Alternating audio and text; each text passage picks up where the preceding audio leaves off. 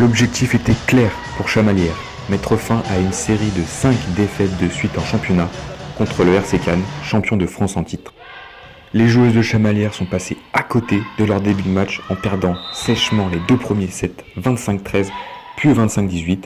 Loin d'être abattu, Atman Toubani a apprécié la réaction de ses joueuses. On n'a plus parlé de plan de jeu, à part les zones de service.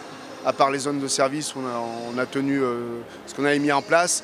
Après, sur les 2 premiers sets, tout ce qu'on avait prévu, on n'a pas pu le mettre en place correctement parce qu'on n'était pas dedans, on commettait beaucoup de fautes bêtes, parce que ce n'étaient pas des fautes provoquées par l'adversaire, c'était des fautes bêtes.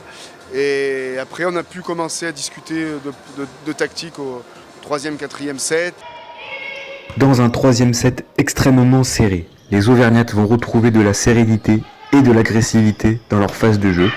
À l'inverse des 2 premiers sets, Chamalières ne cède pas et se voit récompensé de sa force de caractère. À l'image de cette action rondement menée, le bon travail de Victoria Young et la passe de Kathleen Gates sont gratifiés par l'attaque foudroyante de leur partenaire, Olena Leonenko. Chamalières remporte de justesse le 3e set, 25-23, suffisant pour redonner de l'espoir à ces quelques 600 spectateurs.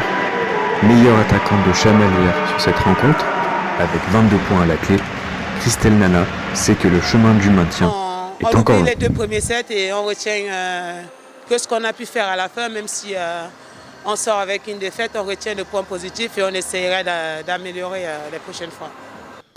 Après avoir sauvé 4 balles de match, la 5e est celle de trop pour Chamalières. Sur ce dernier échange maîtrisé, l'attaquante cannoise Fatou Diouk met fin à tout suspense. Score final 3-7-1 pour Cannes. Les joueuses de Chamalières concèdent leur 5e revers de suite en championnat et terminent cette phase aller à la 11e place.